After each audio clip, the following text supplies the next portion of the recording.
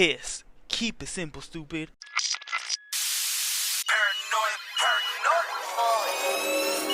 Tell me, boy. I'm paranoid, I'm paranoid, I'm paranoid, bitch, I'm paranoid, I'm paranoid, I'm paranoid, I'm paranoid, bitch, I'm paranoid.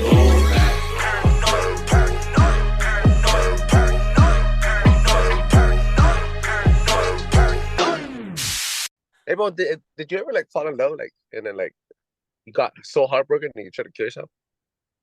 No. I never got to that point. I'll be honest with you. Bad breakups for sure. You got me 110% bad breakups, 110% big dog. But yeah, no. You did? Yeah, a couple of times. Was that the But high it's school not event? about me today, bro. Okay, it's not about me. Wait. Answer me this. Was that the high school event? Yeah, I was one of them. Shit. It's because You I'm don't a say. toxic ass host, bro. Ladies and gentlemen, testicles 1, 2, testicles. Yes, sir. We back at it. Like young cracks that never had it. What's up, big dog? You never had a crack addict? I've never had a crack addict. You Welcome have? back, ladies and gentlemen, to Paranoid Radio Podcast. I am Trebles Garcia, the humble host of this amazing adventure. And the sound might be shitty. Why? Because I fucking forgot to bring my thundo. I forgot to bring my fucking mic. I'm driving a different car. All my extra stuff, my mobile stuff is not in. Look, bro, at least we're getting it done. All right? Do not forget to drop. Baby. Ka-chow. That's what I'm talking about, baby. Please do not forget to check us out at paranoidradio.com. Ladies and gentlemen, check us out at paranoidradio.com. And pick up some freaking shirts. We're dropping new shirts for the month of June for Men's Mental Health Awareness Month. Fuck LGBTQ. That's right. Well, Treble said that. I don't know how Tank feels. I don't care. Anyway, do not forget to drop a 5-star review on Apple Podcasts. This allows other people to enjoy the show as much as I enjoy making it. Ladies and gentlemen, boys and girls, we have an amazing episode lined up for all of you guys with the best co-host on the motherfucking planet, Big Tank. Salute. How you doing, Big Daddy? Salute, baby. Hey, we out here. We grinding. We struggling. We surviving. You know the deal. We out here, big dog. That's right. Hey, but you look mighty fucking handsome. Has anybody told you that lately? No? Oh.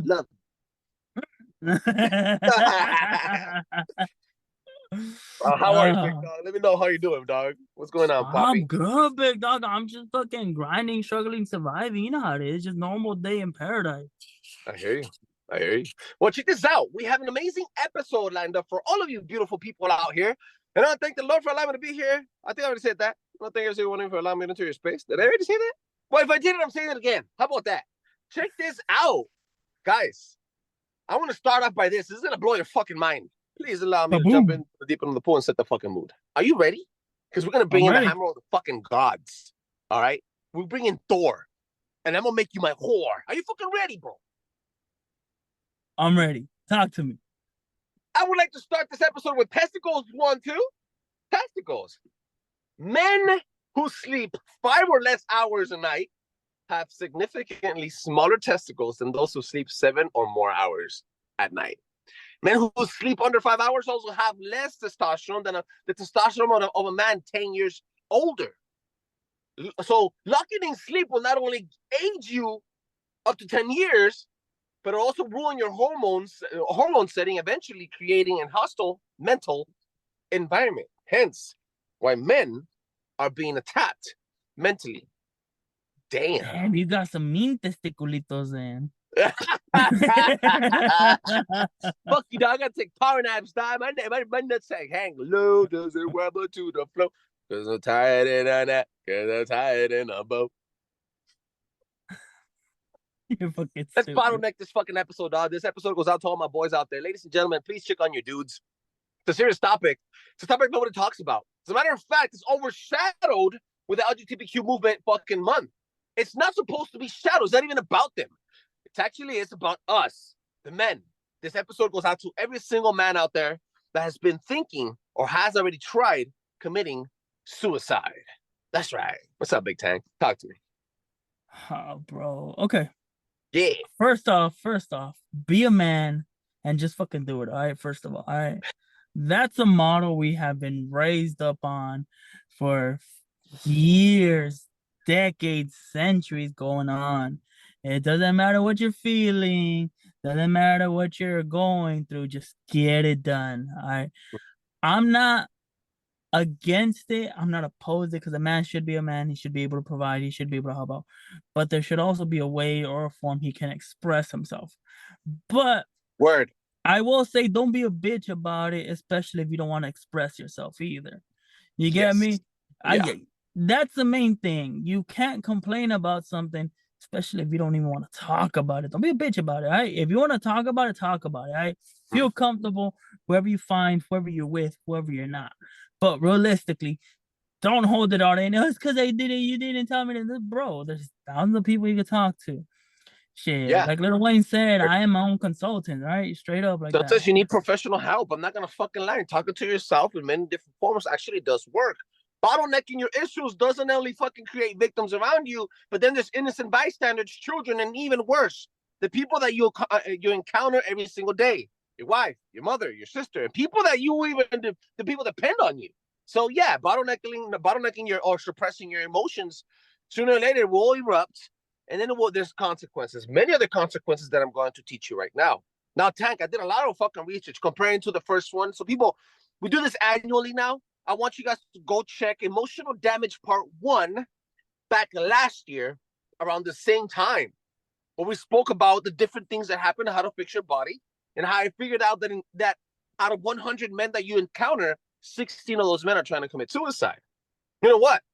In March 27th of 2022, Will Smith left a black eye in black culture, where he smacked the shit out of the dude, the giraffe guy, on stage. I think he's the giraffe, right? On Madagascar? What's his name? Chris No, Rock? he's not the giraffe. He's a fucking zebra, fool. Way off. Way off. Fake news over here. Whatever. Well, no, you know what? When you see Will Smith, you think mental health issues, but no one goes and think about the lifelong guilt. Back in Fresh Prince of Bel-Air, and I'm a 90s baby. I grew up on Fresh Prince of Bel-Air. He taught us, which he also wrote the scripts on that. He wrote the show. That was his creation.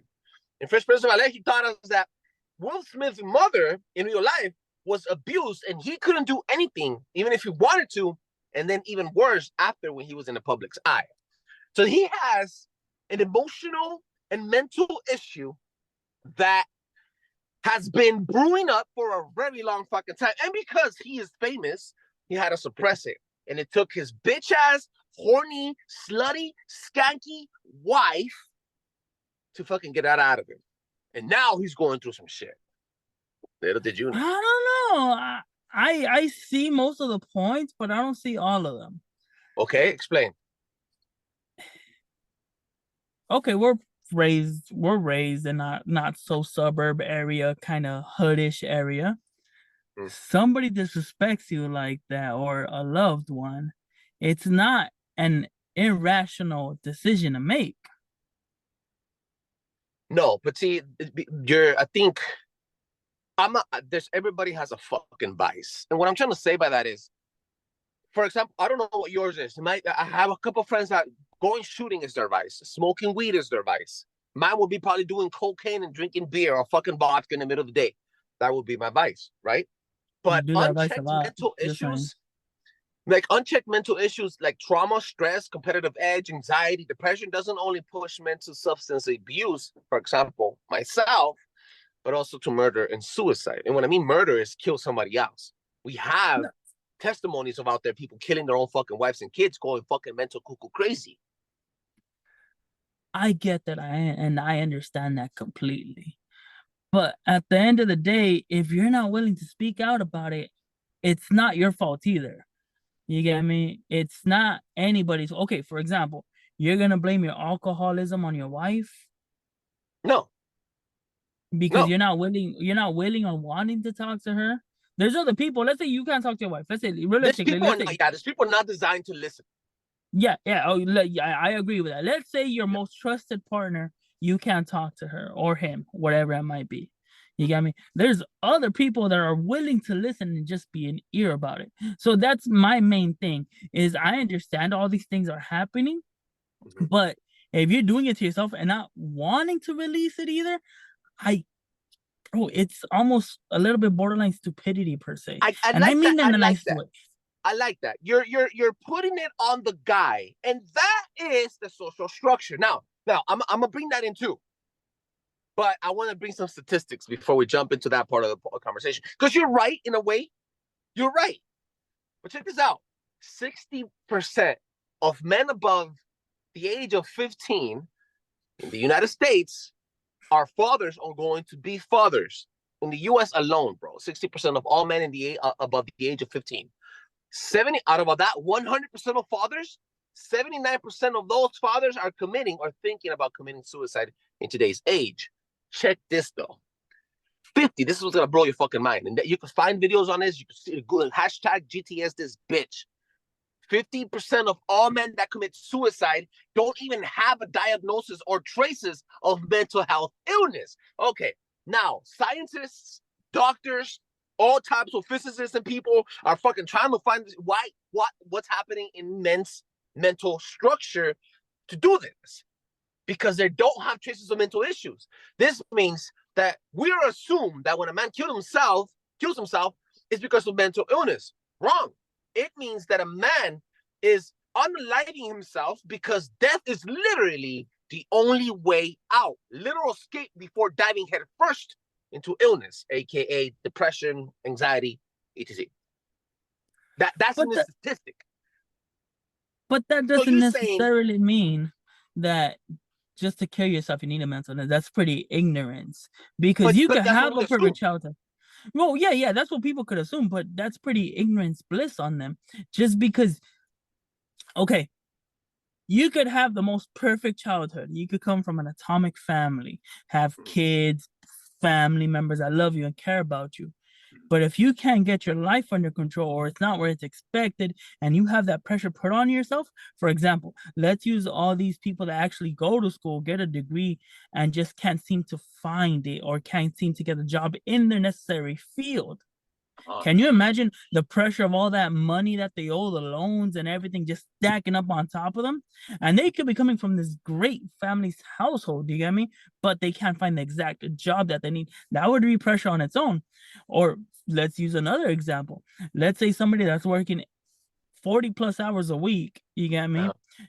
Just to make ends meet on the table, and they're still not making it, and they're doing everything that they can basically from sun up to sundown. You get me? No them time, no money for them. There's giving everything else. That would be stress as well. Not necessarily because it's a social issue. We all have breaking points at a certain point. Doesn't matter if you're as strong and reliable as a Honda Toyota. Eventually something's gonna break, realistically. You get me? That brings it a full loop to the society structure that you were mentioning in the beginning. Because, for example, what makes you tick, Tank? What keeps you sane? Aside from the love for your child, that I can relate now. Aside from that, what makes you sane? You have to have a vice. You're not perfect. I must say my vice is money. I do you really do. Not in the sense of making a lot of money, but just having money. You get me? Knowing that I'm gonna have money stacked up right there. For example, I start getting in a little bitchy mood, and my wife tells me this all the time. Once I start noticing my bank account start going below a certain threshold, I'm like, what the fuck did we waste? What the fuck did we do? And I'm like, all right, what the fuck? So I started like rethinking shit. Imagine, should I do this? Why did I get myself this? Or maybe we should have done that. What the fuck is happening? And then you have other people that are more carefree about that. Fucking money comes and goes type of deal. You get me? Yeah. I'm gonna say money's a big motivator for me, or I guess problem even to me, realistically. You get me? You occupy your brain, because I don't think you feel lonely. A lot of the issues, loneliness and lack of sleep because of social structures, are some of the biggest things that create mental health issues within men. And now that you can't speak about it, I don't think loneliness is one of the factors for you. And I don't even think you have mental illnesses, which I do think you're a secret low-key serial killer, which is why you're a fucking pest control agent. And I call you agent now because you're a fucking secret agent, roach stomper, whatever. I think there is, Okay. there has to be advice for everybody. As a matter of fact, check this out. Toxicity is not masculinity. Here we fucking go. The real toxic masculinity is having to tell one of your sons to say, weakness is not welcomed, conditioning men that you cannot cry, men's priorities are the only thing, you gotta go to work and die. It doesn't matter how you feel because no one fucking cares how you feel. Afraid to ask for help. You can't ask for help. You're a man. You do it by yourself. We handle it all on our own. The famous one, man up, or men are only loved depending on what you can bring to the table, which frankly is something that's happening to me today. Now, I don't know if it's going to happen or not. I'm leaving it in God's hands. And if I do go through a divorce, will be the reason why. Because I just recently found out in my own personal life that I am only loved according to what I can bring to the table. A dog, the women and children is the only ones that can be loved unconditionally. Let me ask you something. This is an example right here. When you ask a man, when you ask me, how are you doing? I'm like, I'm all right. And that man isn't all right, bro. Most of the times that I'm saying, I'm cool, I'm all right, I'll get through it, I'm battling my fucking demons. And I'm finding a reason why to keep going every single day. And it's not because I'm suicidal. No, I'm not thinking of suicide anymore. But I am questioning my life. And that's where it starts, questioning your life. It's a real fucking problem. God, there's this fucking famous quote that I got from Jurassic Park. Check this out. God makes dinosaurs, God kills dinosaurs. God makes man, man kills God. Man makes dinosaurs, and then dinosaurs eat man, and then women inherit the earth. I'm not saying dinosaurs exist. What I'm saying is society's built by man, designed by man to complement the women and children to only be used to kill man. There's nothing around society that makes your life easier, Tank. Not paying taxes, not your job because you're a man, you're built different, you're meant to work harder. Not sports. Put it like this, not even watching sports is easier for men. Okay. Compete that one. Everything around you is made to destroy you as a man, bring you down. I wouldn't go that far. I understand that we have higher thresholds than most people. Yes. But nobody tells you to stick through it. You choose to persevere. Your own genetics in you choose you to push through. Nobody tells you to be with a companion and tell yourself, okay, this is what's going to happen whether you're happy or not. You got me? Nobody tells you that. You got me? You could be a deadbeat and just in the streets the rest of your life and not worry about anything. Technically, you should be happy because you're not worried about anything. You got me? Nothing to fear, nothing to lose.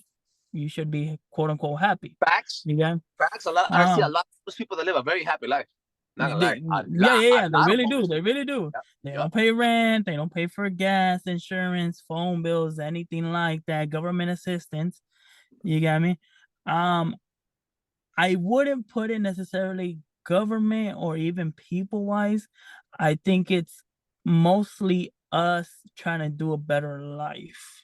So we were talking about this, how at my kid's birthday party, this millionaire was there. You got me? I didn't know, average Joe. And he told me that he was able to make a business and make himself really wealthy, but he ended up losing everything that he fought to make it for. So, and the way I understood it was he had his world at one point, which was his wife and his 2 kids, I believe. I think 2 or 1 kids. He's like, and he ended up losing it because of everything that he wanted to do, everything that he was trying to do for them, quote unquote. Priorities. Yes. Social structured priorities. Yeah, I get you.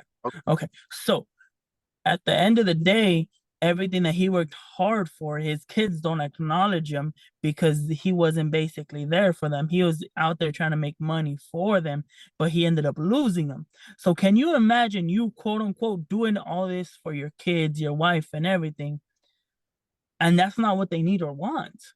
I'm not saying that all people are like this, but you have to be to a point where you have to realize, what does everybody do for now, for clout, for fame? Instagram, YouTube, TikTok. You get me? Who knows when the next viral sensation is gonna come out? Podcasting. Just throw that one out there. We are a podcasting sensation, baby. Paranoid Radio Podcast. Make sure you check us out. And this episode is brought to you by Los Cuñados Bullies. Get your gorillas and rhinos today. I don't know what that means, but it gets the people going. The mental illness is showing people, perfect example. But no. All bullshit aside. There's a lot of things that people are willing to do to, I guess, tell themselves they've reached a certain thing. You get me? Whether it's true or not, it's a different story. I can probably say that I wouldn't want to have a bad relationship with my son. You get me? Even if I were to work all these crazy hours and I just can't be there for his soccer practices, his school recitals, I don't fucking know. You get me? Whatever it might be.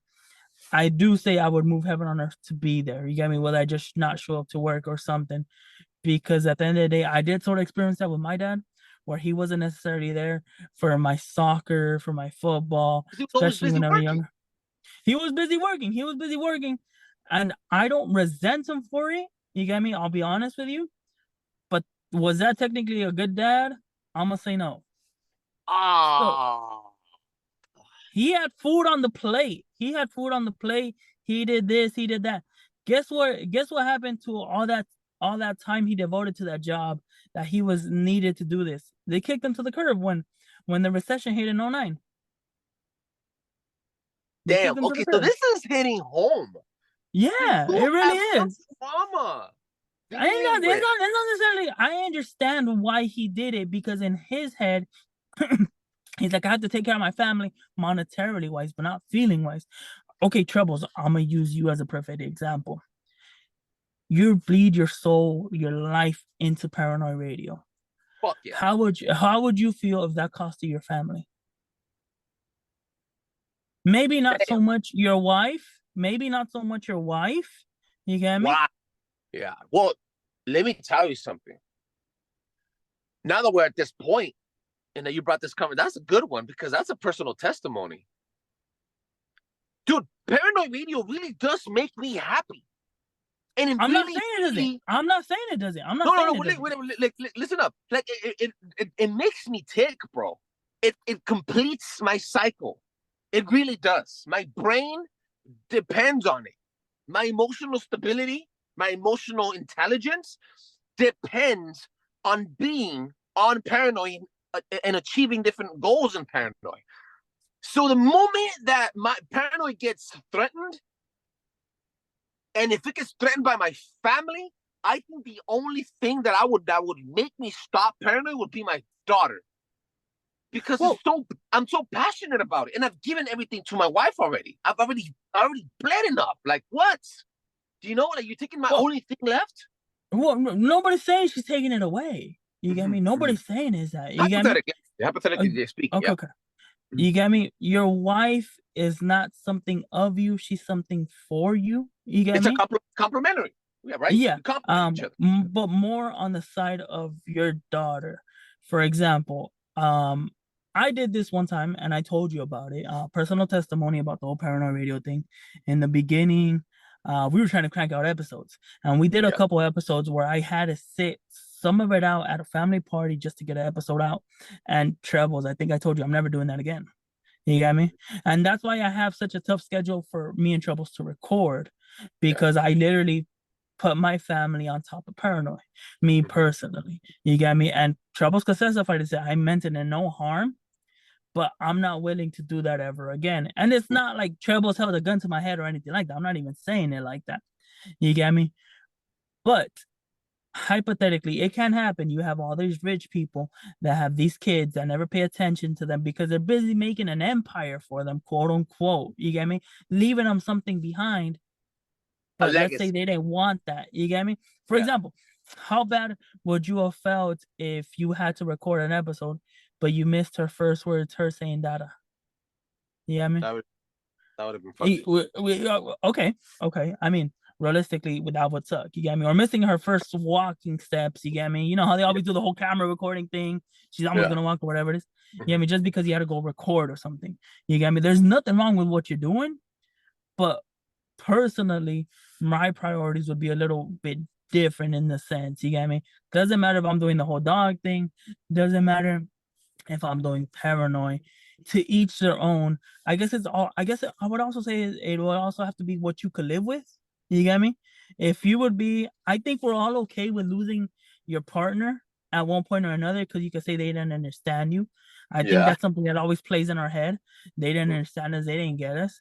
But for somebody that relies on you, sees you sort of as a hero, the Oh yeah, first your ever kids would hero. be probably the breaking point for that. Yeah. And I don't think I would ever want to go through that because that's sort of realistically what it is. Okay, I'm telling you, going back to my whole pop situation. I Mm, remember, I'm edible. I've never been, I've never been athletic. I've never been athletic crazy or anything. I've always been doing it for the game. You get me for Mhm. sport. You get me all fun Yeah. and games. And I remember my mom was right there and I scored this crazy fucking kick goal, and it was insane because it literally looked like I overshot it, and it literally by like an inch it barely made it. Like there's no way he would have ever made it, but it was like Yeah. what you call sapo back in the day, fucking sapo. You can't do that again, and I'm pretty sure I couldn't do it. Bro, I would have loved for my dad to see that moment. My mom seen it. She was happy. She was cheering and everything. You get me? I think I would have traded that $100 he made back in the day for that little moment. You get me? I Dang. understand why he did it. You get me? Because those $100 not only wasn't only for me, it was also for my mom, I didn't for know my about that. brother, the back house. Huh? I didn't know that about you. What a therapeutic session. Look at that. You're opening up to me. No, In different well, ways. it's stuff that realistically I Sit have been back of talking your to you head. about it. I have been talking to you more about it. I think when I told you the whole situation about the millionaire that lost everything, he was right there. And look at him now. He was basically telling me he had culos everywhere, but he would take it all back to relieve those special moments with his kid. You get me? He's like, I didn't enjoy a lot of the stuff or a lot of stuff that he had to do as a kid. Yeah, and that's really my thing. I could say that my wife and my son are my world 110%, but do partners come and go? More than likely, you get me? Will we end up forever? Maybe not, maybe yes. I don't know. You get me? Realistically, does she have my back? Does she understand me? I think she does. You get me? But it's one of those type of situations where you just like think about you're like, what the fuck? Yes, no, yes, no. So I understand the whole thing of a man wanting to do whatever he wants to do, Mm. Very society putting it testament. on him. Yeah, the Yeah. society putting on him and telling him, hey, you have to do this. This is what has to be done. Mm. But I also understand you having a choice and actually allowing yourself to express yourself, which is something I think a lot of people don't do because they give the excuse, I'm a man, I'm not supposed to, I'm supposed to be doing this. You get me? I don't know. I don't know. I think it's just a tough situation that I think we're a little bliss, especially as men, about it. On on an ending note, I do have a white pill. The 6 top reasons why men kill themselves. First and foremost is the very fucking top one to end this fucking show is comparison. The easiest way to get depressed is to compare yourself to other people. What does social media do to your brain, to your memory, and to your attention wavelength? Seeing only pretty and festive things rewires your brain to destroy your ego, self-confidence, and eventually changing your habits into shame. So you're in shame. You start body shaming. You start skin shaming. You start shaming because your body's not built the same as these awesome fucking like fucking Tristan Tate or whatever the fuck the Tate brothers, right? You start comparing yourself to these different men, and that's what the toxic part starts taking over your brain, and then you become emotionally imbalanced. And then you have the opinion of others. The biggest killer of your dreams is depending on what other people's opinions are about you. When you care too much about their opinions, it would murder you from the inside first before you physically die. And then happiness. You can't make everyone happy. This is number 3. You cannot make everyone happy. Only yourself shall indulge. Feed the king before you feed anybody else. Example, when I buy dinner, I have a burger and I have fries and I have my baby's whatever food she bought. I eat my burger first. I take the first fucking bite and then I start feeding her. I don't feed her first. Feed the king first. Make sure that I'm healthy so that you're healthy. Because what's the point of me dying while you're eating your fucking skin? Fuck that shit. That's skin your food. Now you have number 4, being liked or loved. reaction to other fellow paramours' attention, which means your loved one, attention or love will break your thought process, eventually murdering your emotional intelligence. This is what I was telling you about when you have no love, when you're alone, when you start thinking and dwelling on your thoughts. And then limitations, guys. When your thoughts and ideas, and when you don't write your thoughts and ideas and even your fears, you start limiting your creativity. That's the main focus here. Every man has to create. We're built to build. Living inside your head will corrupt your memory and then corrupt your priorities because your creativity levels are at the floor, at the lowest point. And finally, the one that I'm going through, addiction. The biggest addiction, listen to what I'm saying. The biggest addiction in the fucking planet is your fucking comfort zone, your comfort zone. The people living their dreams, the people living your dreams are not smarter than you. They just overcame the fear of taking the first step onto their dream. So being in a comfort zone for longer than what you're supposed to be, more than a couple minutes, because we need to keep evolving, will definitely push your mental faculties to a breaking point. And that's fucking emotional damage. All right. Emotional damage. Emotional damage too with Big Tank in the motherfucking house. Make sure to check us out at paranoid.com. Big Tank, let them know where they can find you. Salute. You guys know the deal. Catch me at EKNAT626. Once again, EKNAT626. Go follow Los Cuñados, Bully Los _ Cuñados _ Hey, what you got planned this summer? Bullies. What happened? What you got planned this summer for those doggies, bro? Oh, I don't even know. Yeah, I don't even know. Big moves though. And once again, go check out Paranoid Radio. Paranoid Radio, no D, because we got that D for you. Till the next time. My dick is your dick. Hey, fool, if you ever need to talk to anybody, you can call me, fool. You know you can call me. No, fool, no, fool. End it already. Fucking meet you on TJ, bro. This was all a show. It's all a show. Soy Macho Alpha. Ay, Fool, I fucking love you, dog. I love you, dude. Paranoid Radio.